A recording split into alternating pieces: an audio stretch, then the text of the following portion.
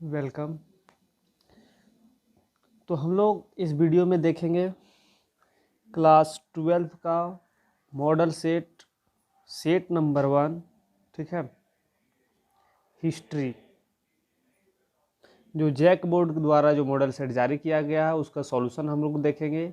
जो हिस्ट्री मेरा सब्जेक्ट है, ठीक है। तो चलिए हम लोग वीडियो स्टार्ट करते हैं। उससे पहले बता दें कि अगर आप हमारे चैनल पे न्यू हैं तो चैनल को सब्सक्राइब कर लीजिए, साथ में बेल आइकन को भी दबा दीजिए और वीडियो को आप शेयर कर दीजिए।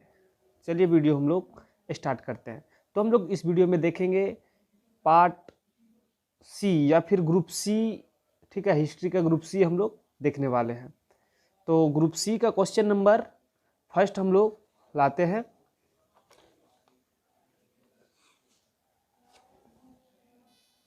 तो देखिए ये सब्जेक्टिव सॉल्यूशन है, ठीक है।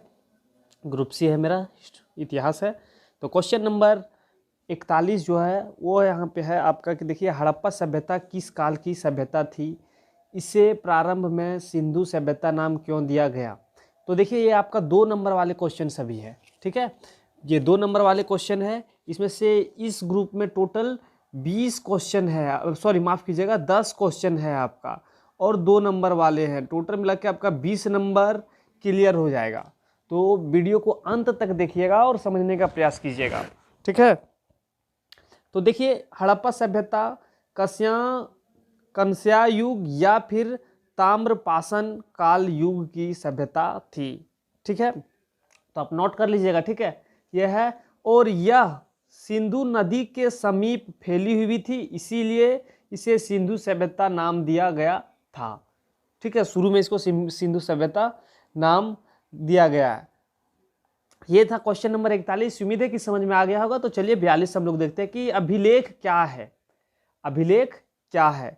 तो अभिलेख धातु अथवा पत्थर जैसी अपेक्षाकृत कठोर सतह पर उत्कीर्ण किए लेख को अभिलेख कहते हैं। जैसे होता था कि पहले राजा महाराजा जो होते थे वो धातु या पत्थर के ऊपर मतलब कि लिखाते थे, चित्र बनाते थे, कलाकारी करवाते थे, उसी को अभिलेख कहा गया है। या फिर अपना जो भी टोटल है, को राजा महाराजा होते थे कि अपना जो भी अगर किन्हीं के बीच में जो उनका रूल रेगुलेशन है वो टोटल चीज़ वो उसी के ऊपर दिखाया करते थे। फिर क्वेश्चन नंबर 43 है आपका कि धर्म चक्र परिवर्तन से आप क्या समझते हैं। तो देखिए ये जो क्वेश्चन है, देखिए इसको हम लोग समझते हैं, बहुत बारीकी से समझेंगे।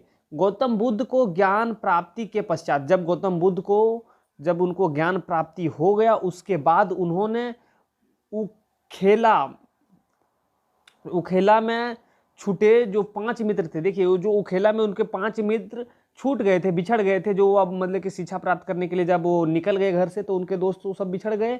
तो क्या हुआ कि बिछड़ गए छूटे 5 मित्र को अपना ज्ञान का प्रथम धर्म उपदेश दिया, और जो उसने ज्ञान सीखा उसका जो भी चीज़ था, जो उसने ज्ञान सीखा था उसका धर्म उपदेश मतलब कि अपना टोटल धर्म के बारे में बताया। इन्हीं को धर्म चक्र प्रवर्तन कहते हैं, ठीक है। उम्मीद है कि ये भी आपको समझ में आया होगा। अगर समझ में आया तो वीडियो को लाइक कीजिए और वीडियो को फटाफट शेयर कर दीजिए।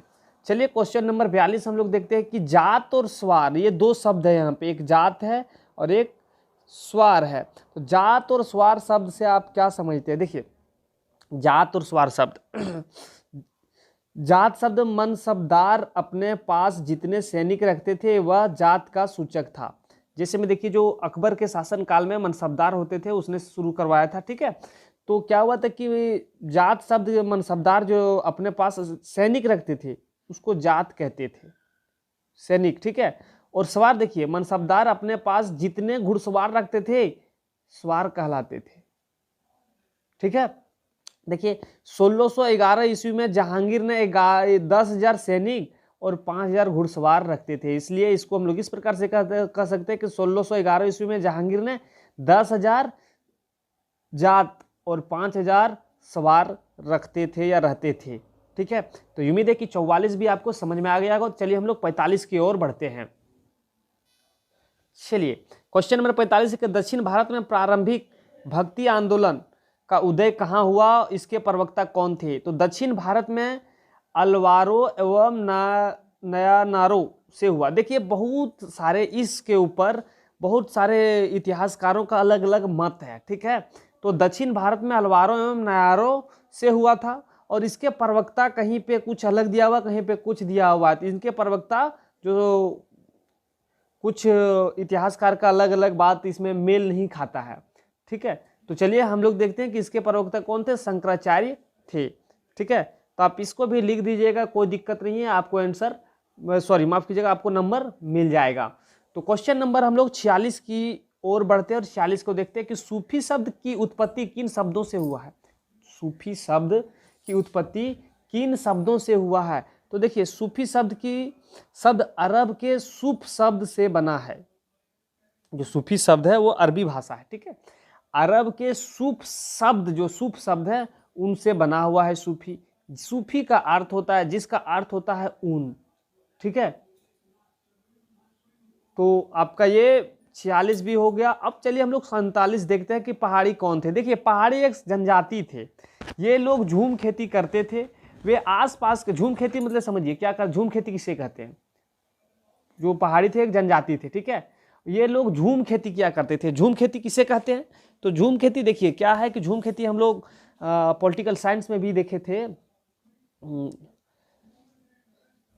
माफ कीजिएगा पॉलिटिकल साइंस नहीं, ज्योग्राफी में हम लोग देखे थे कि झूम खेती। तो ये था कि देखिए झूम खेती कहते हैं कि आदिवासी लोग या फिर जनजाति लोग उस जमीन को, जहाँ पे वो रहते हैं आसपास के जमीन को साफ कर देते हैं। वहाँ के जंगल है या कुछ है, उसको काट कर जला दिया। जलाने के बाद वही जो जला हुआ उन्हीं को खाद के रूप में प्रयुक्त कर लेता है, और उसी से अच्छा खासा उपज, मतलब कि अपने उपज को उपजा लेते हैं। उन्हीं को झूम खेती कहते हैं। तो पहाड़ी कौन थे, पहाड़ी एक जनजाति थे। ये लोग झूम खेती करते थे। वे आस पास के जमीन को साफ करते थे और उस पर खेती करते थे, ठीक है। तो उम्मीद है कि ये भी आपको समझ में आ गया होगा कि पहाड़ी कौन थे। तो चलिए हम लोग क्वेश्चन नंबर 48 देखते हैं। 48 क्या है कि 1857 के विद्रोह के 4 महत्वपूर्ण केंद्र के नाम लिखिए। तो वैसे तो 1857 के विद्रोह के बहुत सारे महत्वपूर्ण केंद्र हैं, लेकिन हम लोग को 4 लिखने के लिए कहा गया तो हम लोग 4 ही लिखते हैं।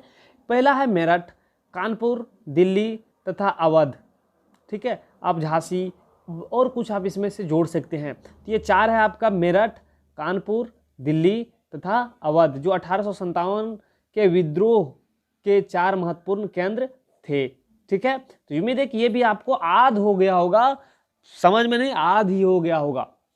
तो चलिए 48 के बाद क्वेश्चन नंबर हम लोग 49 देखते हैं। क्वेश्चन 49 है कि कम्युनिल अवार्ड क्या है। कम्युनिल अवार्ड, ठीक है। तो कम्युनिल अवार्ड क्या है कि जब एक बार सम्मेलन हुआ था, उस सम्मेलन के बाद ब्रिटिश सरकार ने भारतीयों के बीच की आपसी खाई को बढ़ाने का निश्चय किया।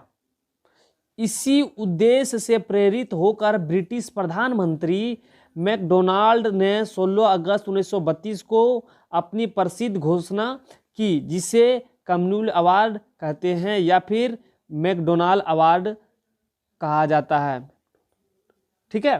तो उम्मीद है कि कम्युनिल अवार्ड समझ में आ ही गया होगा, ठीक है। तो चलिए हम लोग देखते हैं क्वेश्चन नंबर 50।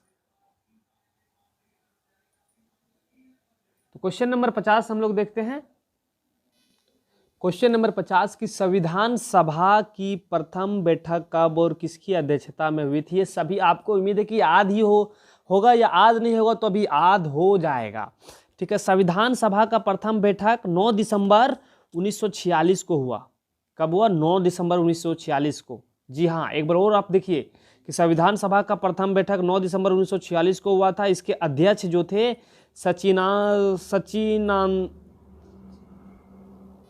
इसके अध्यक्ष क्या थे, सच्चिदानंद सिन्हा थे, ठीक है। तो उम्मीद है कि ये भी आपको समझ में आ गया होगा। तो ये हम लोग देखे ग्रुप सी वाले, ठीक है। अगले पार्ट में हम लोग देखेंगे ग्रुप डी और ग्रुप ई वाला, ठीक है। तो आपका 20 नंबर क्लियर हो गया, ठीक है। और जो बचा हुआ है ग्रुप डी, ग्रुप ई, इसको भी हम लोग अगले वीडियो में कवर करेंगे। 1-2 वीडियो में टोटल इस मॉडल सेट को क्लियर कर दिया जाएगा, ठीक है। तो चलिए आपसे हम अलविदा लेते हैं। उससे पहले अगर आप हमारे चैनल पे न्यू हैं तो चैनल को सब्सक्राइब कर लीजिए। बेल आइकन को दबा लीजिए और दोस्तों के पास शेयर भी कर दीजिए। वीडियो अगर अच्छा लगा होगा तो वीडियो को लाइक ज़रूर कीजिएगा। फिर मिलते हैं हम लोग अगले वीडियो में। जय हिंद।